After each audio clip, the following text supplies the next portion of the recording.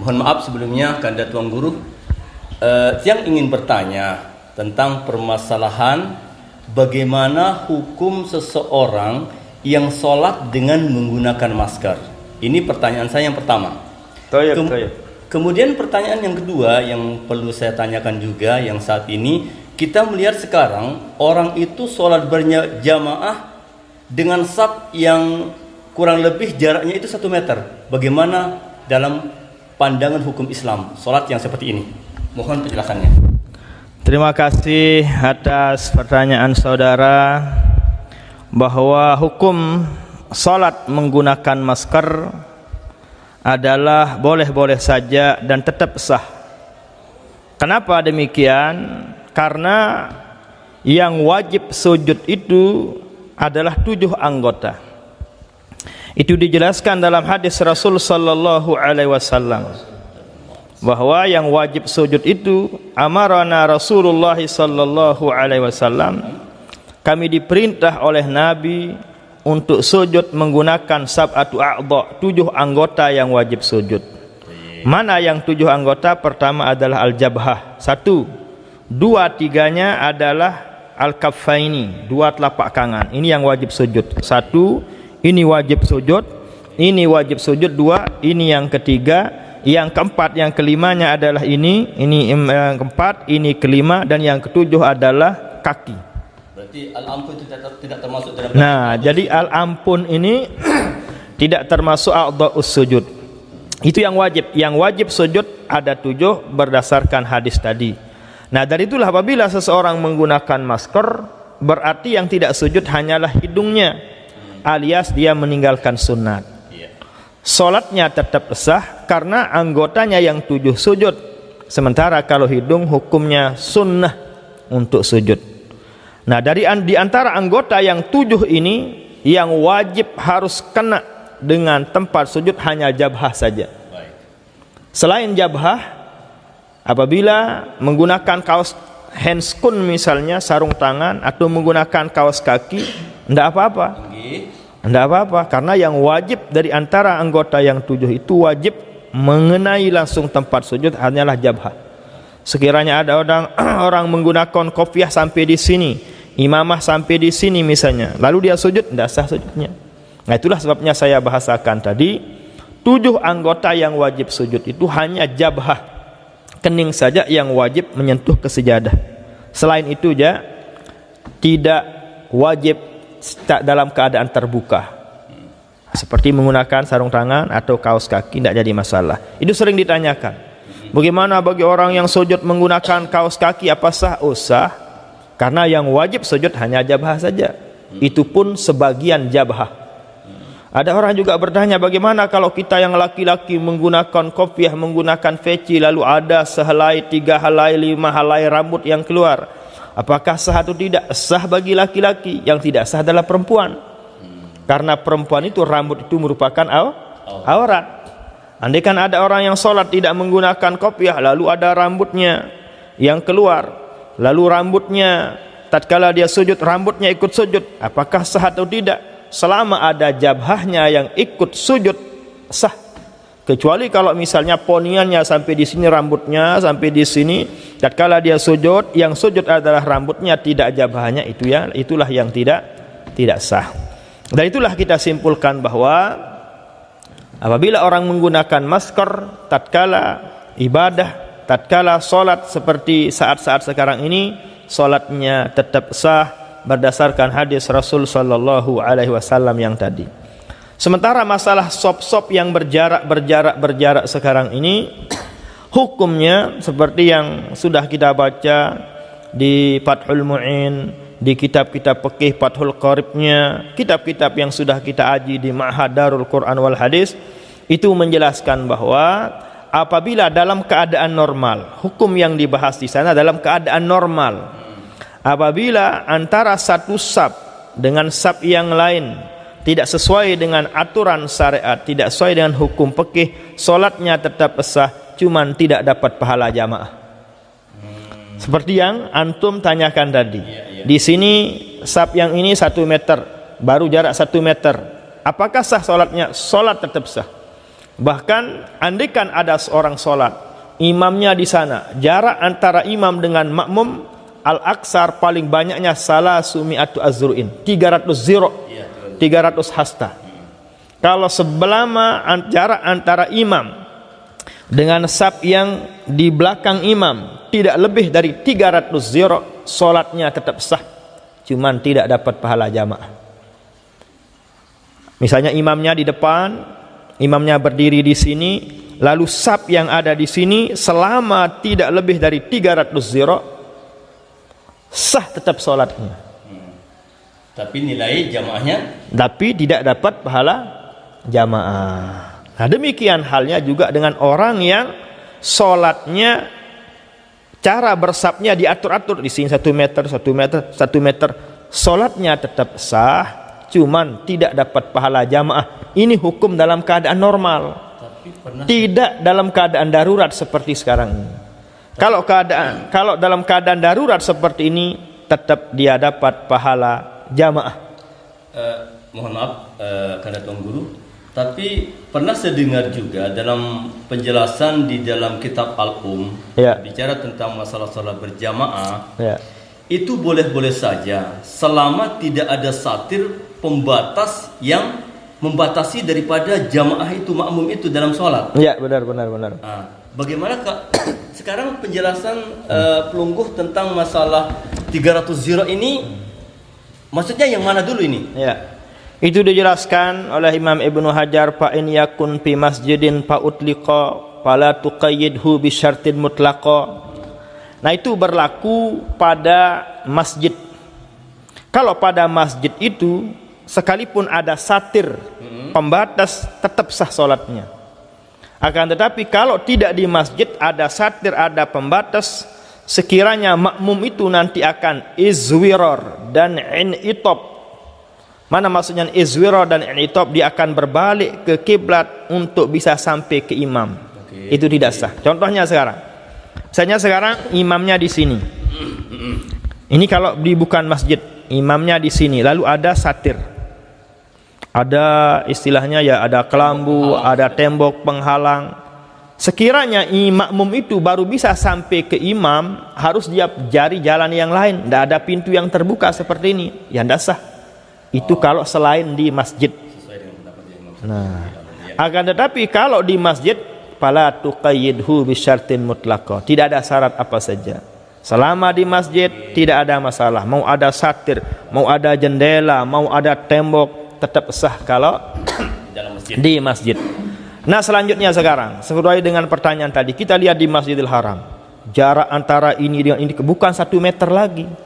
Apakah sah kalau di Masjidil Haram? Pengecualian di Masjidil Haram. Kalau di selain Masjidil Haram, misalnya ada orang yang buat saf yang kedua, sebelum saf yang pertama full, yang kedua ini tidak dapat pahala jamaah. Ini kalau selain terputus berarti. Saf yang pertama belum full, padahal masih ada di kiri masih kosong, kanan masih kosong. Ada orang datang baru, dia buat saf yang kedua. Bagaimana orang yang buat di saf yang kedua ini, padahal di saf pertama belum penuh, tidak dapat pahala jamaah? Apa penyebabnya orang tidak dapat pahala jamaah? Pertama adalah kalau orang itu mudafa'atul akhbasain, menahan kentut, menahan kencing. Tatkala kita mau kentut, silahkan kentut dulu. Tidak apa-apa kita ditinggalkan 2 rakaat, tidak apa-apa. Itu dapat pahala. Tapi kalau orang ini tahan kencingnya, tahan kentutnya, paksakan diri sholat, tidak dapat pahala jamaah. Kenapa demikian? Orang sholat mengingat Allah, tapi dia ingat kencing. Benar. Orang sholat hati pikirannya kehadirat Allah, tapi orang ini yang nahan kencing, nahan kotoran ini, hatinya pikirannya adalah ke WC. Nah, dari itulah makanya kalau orang mau kencing, mau kentut, sebaiknya kencing dulu, kentut dulu, tidak apa-apa sekalipun terlambat untuk mengejar sholat jamaah, tidak apa-apa dia masbuk, itu lebih bagus. Yang selanjutnya yang menyebabkan orang tidak dapat pahala jamaah adalah seperti gambaran tadi, orang yang buat saf di barisan kedua, padahal di saf pertama masih ada, lalu dia buat saf yang kedua ini tidak dapat pahala jamaah. Demikian juga yang ketiga yang menyebabkan orang tidak dapat pahala jamaah adalah apabila orang ini terlalu lapar misalnya, terlalu lapar, terlalu haus, terlalu dahaga, silahkan, lebih baik dia makan dulu baru dia sholat. Itulah diantara makna hadis iza quddimal asya wal isya, gitu kan. Apabila datang antara asya makan malam dan isya waktu isya, mana yang ditakdimkan, maka ditakdirkanlah asya, makan dulu. Lebih baik kita makan dulu supaya kita lebih husuk, kita lebih tenang. Inilah diantara penyebab orang tidak mendapatkan pahala berjamaah. Kita kembali kepada shop tadi, pengecualiannya di Masjidil Haram.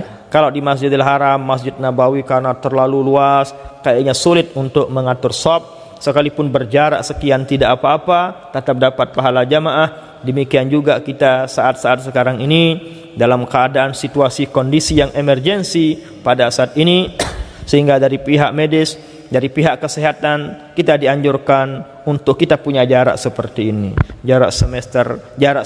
Demikian juga dalam sholatnya, itu karena darurat. Ad-darurat al-ma'zur yu'zar. Orang yang dalam keadaan uzur yu'zar, diterima oleh Allah Subhanahu wa taala, sehingga amal ibadahnya, sehingga pahala jamaahnya tetap akan diberikan oleh Allah Subhanahu wa taala. Karena kita ketahui bahwa yang namanya salatul jamaati afdalu min salatil fadzi bi 27 darajatan. Salat berjamaah itu lebih afdal, lebih mulia daripada salat sendirian 27 derajat.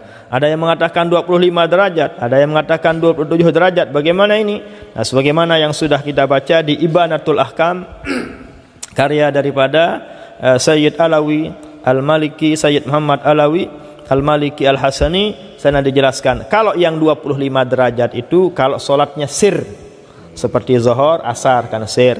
Sementara yang 27 derajat itu bagi solat yang jahar, seperti maghrib, seperti isya. Itulah penjelasan beliau yang ada di sana.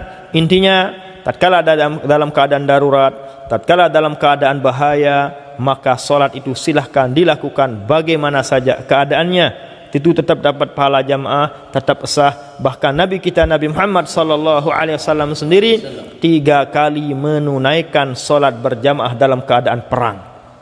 Bayangkan bagaimana suasana perang. Bahkan perang yang paling dahsyat yang bersifat mulahamah. Nabi sedang saling tebas, Nabi saling bacok dalam keadaan menunggang kuda, beliau salat. Nah, ini tentunya hikmahnya adalah begitu betapa penting perlunya yang namanya menunaikan salat jamaah. Andaikan ada jalan untuk meninggalkan salat jamaah, mungkin tatkala itulah Nabi akan lebih utama, lebih layak, pantas untuk tidak melakukan salat berjamaah. Inilah alasan mazhab-mazhab yang lain, yang Hanafinya, Maliki, Hambalinya mengatakan salat jamaah itu adalah wajib. Syukur kita di mazhab Syafi'i, salat jamaah itu adalah sunnatun muakkadatun. Andaikan wajib bagaimana coba? Nah, akan tapi yang kita petik dari hadis yang tadi, yang Nabi sendiri dalam keadaan berperang pun melakukan salat jamaah. Prinsipnya adalah lebih baik saya mati salat berjamaah ketimbang mati meninggalkan salat jamaah. Itulah prinsip yang bisa kita ambil dari semangatnya Nabi besar kita Nabi Muhammad sallallahu alaihi wasallam untuk kita menunaikan salat jamaah. Jangan uzur-uzur sedikit ya meninggalkan salat. Uzur-uzur sedikit, kurang sehat walafiat, meninggalkan ibadahnya kepada Allah. Kita berprinsip, kita meninggal dalam melakukan ibadah itu lebih afdal, itu lebih mulia ketimbang ketimbang mati meninggalkan ibadah. Seperti cerita daripada guru besar kita di Makkah Al-Mukarramah, yaitu Syekh Abdul Fattah Rawah namanya. Syekh Abdul Fattah Rawah, beliau itu kurang sehat walafiat. Beliau itu tidak sehat, beliau itu sudah uzur. Kan tatkala beliau mengaji pakai kereta dia kan. Apa prinsip beliau? Itulah prinsip beliau saya dengar di Masjidil Haram. Lebih baik saya mati mengajar ketimbang mati meninggalkan mengajar. Nah, itulah prinsip beliau. Demikian juga prinsip daripada Maulana Syekh Ahmad Jabir Jabran rahimahullahu taala, itu juga prinsip beliau. Beliau komplikasi penyakitnya, darah tinggi, kolesterol, bahkan jantung beliau bolong, tapi tetap beliau hadir mengaji. Beliau tetap hadir yang namanya mengajar. Kenapa demikian? Ya prinsipnya seperti yang tadi. Lebih baik saya mati meninggal, lebih baik saya meninggal dunia, lebih baik umur saya diambil oleh Allah dalam keadaan mengajar, mengaji, ketimbang saya mati meninggalkan mengajar dan mengaji. Prinsipnya luar biasa. Demikian juga adalah Maulana Syekh Abdullah Al-Lahji. Masyaallah, Syekh Abdullah Al-Lahji. Beliau itu mihnahnya, di iqamahnya, di KTP-nya tidak mau beliau diganti, profesi beliau tidak mau. Tidak apa-apa saya sampai mati supaya saya tetap menjadi thalib. Kenapa? Karena yang namanya thalib, yang namanya penuntut ilmu, mata syahidan, mati syahid, walau mata ala firashihi, walaupun dia meninggal di kasurnya. Selama profesinya menjadi penuntut ilmu, apalagi menjadi pengajar, meninggal dunia di rumahnya, meninggal dunia di kasurnya, itu termasuk orang yang mati syahid. Dan demikian juga halnya dengan corona, dengan virus yang berbahaya. Semua dunia takut sekarang ini. Asalkan kita menjadi orang yang beriman, kita tetap takut kepada Allah Subhanahu wa taala. Andaikan ada saudara, tetangga, keluarga, teman kita di mana saja berada kena dengan corona, meninggal dunia, tetap mereka itu termasuk orang yang mati syahid dengan syarat sabiran muhtasiban wa ya'lamu annahu la yusibuhu illallah. Harus dia sabar. Yang kedua, muhtasiban, harus dia ikhlas, harus dia ridha.